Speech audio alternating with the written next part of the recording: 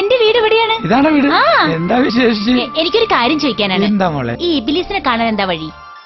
ഇബിലീസിനെ കാണാൻ എന്താ കാര്യം? അല്ല, ഞാൻ ഈ ഇബിലീസിന് ചോറ് കൊടുക്കാതെ നേർച്ച നേർന്നിട്ടുണ്ടേ.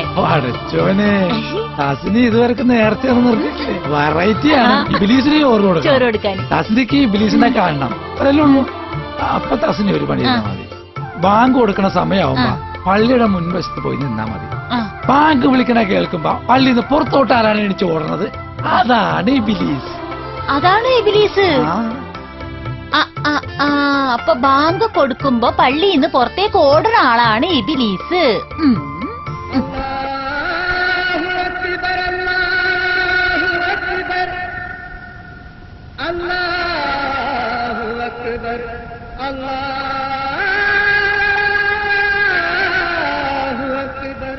അസ്സലാമു അലൈക്കും.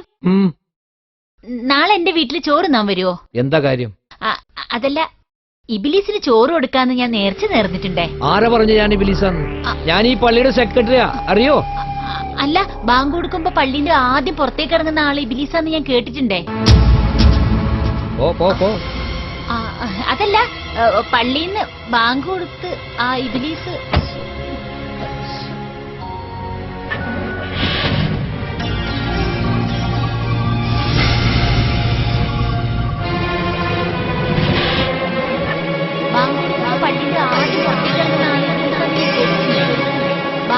പള്ളിന്റെ ആദ്യം പുറത്തേക്ക് ഇറങ്ങുന്ന ആള് ഞാൻ കേട്ടിട്ടുണ്ടേ.